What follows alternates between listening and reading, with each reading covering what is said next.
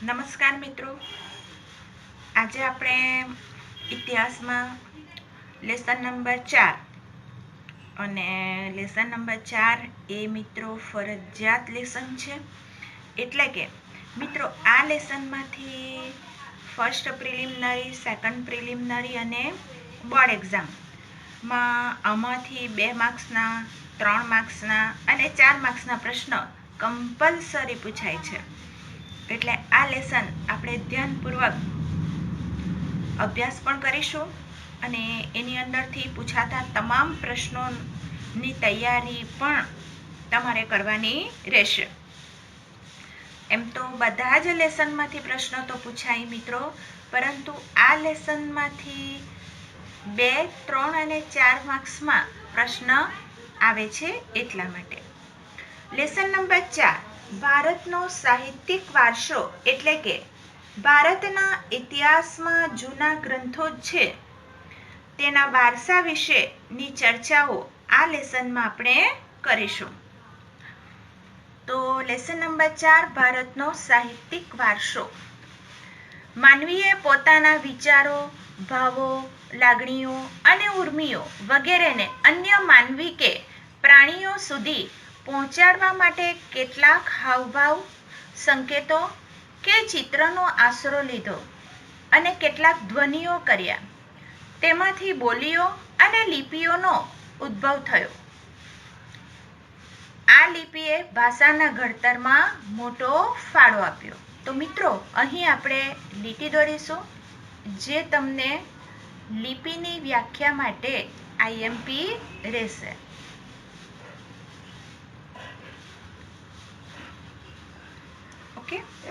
તો મિત્રો, આ લિપિની વ્યાખ્યા છે અને જેમાં માનવીએ પોતાના મનના વિચારો, ભાવો અને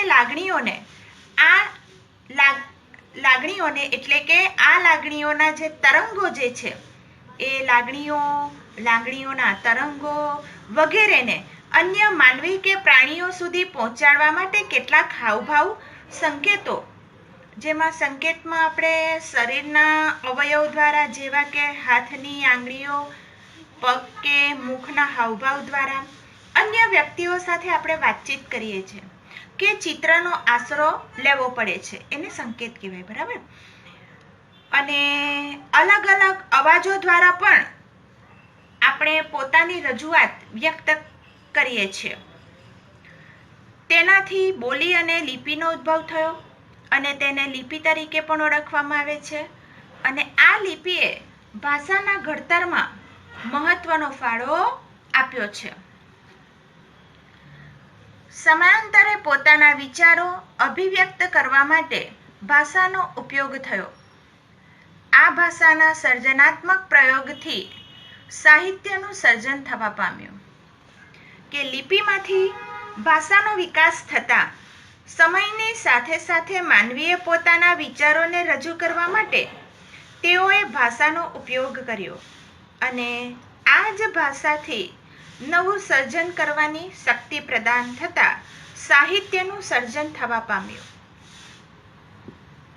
પ્રાચીન કાળથી જ ભારતીય સાહિત્ય તેની વિવિધતા અને વિશિષ્ટતા માટે પ્રખ્યાત છે.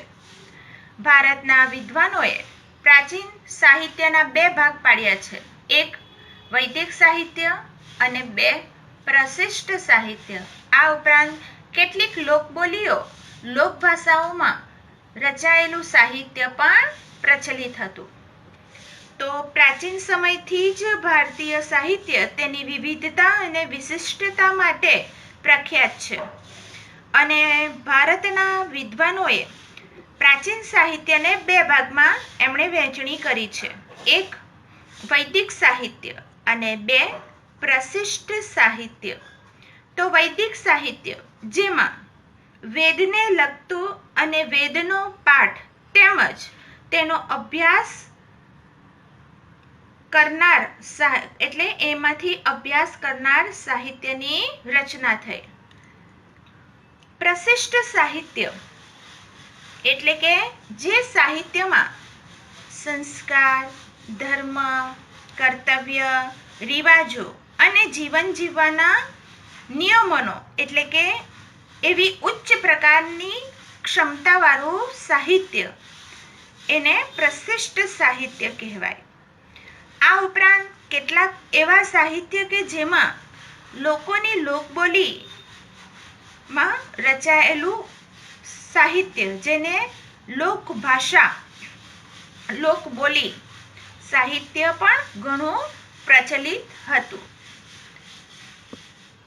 તો મિત્રો, અહીં આપણે લીટી દોરીશું કે જે તમને ઓબ્જેક્ટિવમાં 1 માર્ક્સના સવાલમાં પૂછી શકાય કે ભારતના વિદ્વાનોએ પ્રાચીન સાહિત્યને કયા 2 ભાગ પાડ્યા છે? તો વૈદિક સાહિત્ય અને પ્રશિષ્ટ સાહિત્ય. હવે ભાષા અને સાહિત્ય. તો ભારતના ઇતિહાસમાં આપણે એક નજર નાખીએ તો સદીઓથી વિવિધ ભાષાઓનો ઉદ્ભવ થયેલો જોવા મળે છે. આ ભાષાઓએ એકબીજા ઉપર અસર કરી અને પ્રભાવ પાડ્યો. તેથી ભાષાઓના સમૃદ્ધ સાહિત્યમાં પરિવર્તન થયું. પરિણામે નવી નવી ભાષાઓ અને નવા નવા સાહિત્યનું સર્જન થયું. તેનું ઉત્તમ ઉદાહરણ સંસ્કૃત ભાષા છે. તો મિત્રો, અહીં આપણે લીટી દોરીશું.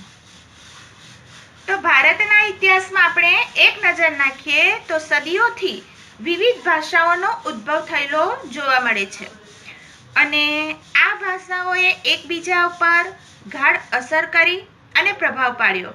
તેથી ભાષાઓના સમૃદ્ધ સાહિત્યમાં પરિવર્તન આવ્યું, જેનાથી નવી નવી ભાષાઓ અને નવા નવા સાહિત્યનું સર્જન થયું. જેના ઉત્તમ ઉદાહરણ તરીકે આપણે જોઈએ તો સંસ્કૃત ભાષા. વર્તમાન સમયમાં સંસ્કૃત ભાષાનો ઉપયોગ ઓછો છે, પણ ધાર્મિક કાર્યો અને પૂજાવિધિઓમાં સંસ્કૃત ભાષાનો ઉપયોગ થાય છે. તો વર્તમાન સમયમાં સંસ્કૃત ભાષાનો ઉપયોગ ઓછો થાય છે, પણ માત્ર ધાર્મિક કાર્ય અને પૂજાવિધિઓમાં જ સંસ્કૃત ભાષાનો ઉપયોગ થાય છે. સામાન્ય રીતે માનવી માટે તો અભિવ્યક્ત કરવાની અને ઝીલવાની ઉત્તમ તક ભાષા જ પૂરી પાડે છે. પ્રાચીન ભારતની લિપિ હડપ્પા સમયની છે. આ લિપિ આજે પણ ઉકેલી શકાય નથી. તે સમયના લોકોની ભાષા કઈ હશે તે માહિતી હજી પ્રાપ્ત થઈ શકી નથી. તો મિત્રો, અહીં આપણે લીટી દોરીશું. તો સામાન્ય રીતે માનવી માટે તો એકબીજા સાથે વાતચીત કરવા માટેની ઉત્તમ તક ભાષાએ જ પૂરી પાડી છે.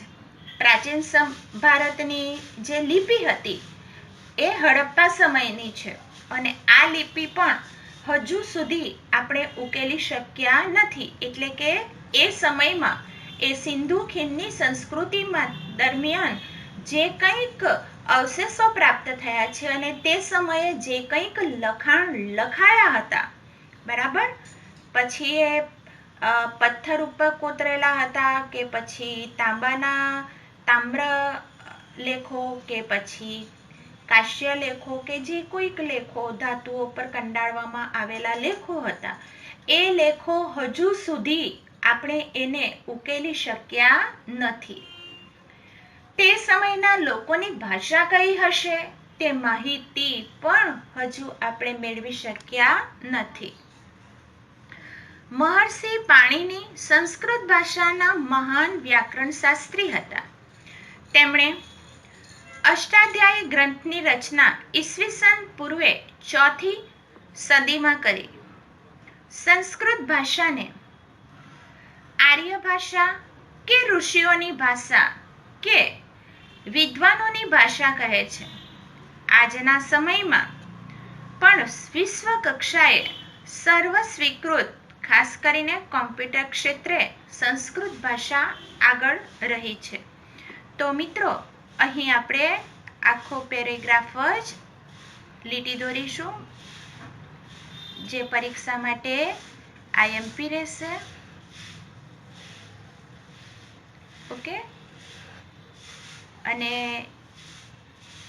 જોઈએ તો સંસ્કૃત ભાષાના મહાન વ્યાકરણ શાસ્ત્રી મહર્ષિ પાણીની હતા અને તેમણે અષ્ટાધ્યાયી નામના ગ્રંથની રચના ઈસવીસન પૂર્વે 4થી સદીમાં કર્યું હતું. અને સંસ્કૃત ભાષાને આર્યની ભાષા કે ઋષિઓની ભાષા કે વિદ્વાનોની ભાષા પણ કહે છે. એટલે કે મિત્રો, આર્ય પ્રજાઓ જ્યારે થઈ ગઈ ત્યારે આર્ય પોતે પૂજા આરાધના સંસ્કૃત ભાષામાં જ કરતા. ઋષિમુનિઓ પણ વેદોના પાઠ વાંચવા માટે સંસ્કૃત ભાષાનો જ ઉપયોગ કરતા. અને આજના સમયમાં પણ વિશ્વ કક્ષાએ જે આગળ પડતી ભાષા હોય તો એ સંસ્કૃત ભાષા, અને તે પણ કમ્પ્યુટર ક્ષેત્રે પણ તેનો ઉપયોગ થાય છે. લાસ્ટમાં સંસ્કૃત ભાષા મુખ્યત્વે ધર્મ, તત્વજ્ઞાન, જ્ઞાન અને વિજ્ઞાનની ભાષા હતી. તો મુખ્યત્વે આપણે જોઈએ તો સંસ્કૃત ભાષા ખાસ કરીને ધર્મ, તત્વજ્ઞાન, જ્ઞાન અને વિજ્ઞાનની ભાષા હતી એવું કહેવામાં આવે છે. તો મિત્રો, અહીં તમે 2 માર્ક્સના પ્રશ્નનો જવાબ શીખી લીધો છે. પ્રશ્ન તમને એમ પૂછી શકાય, પ્રાચીન ભારતના ભાષા સાહિત્ય વિશે પરિચય આપો. તો તેનો જવાબ તમારો અહીંથી અહીં સુધીનો રહેશે. ઓકે.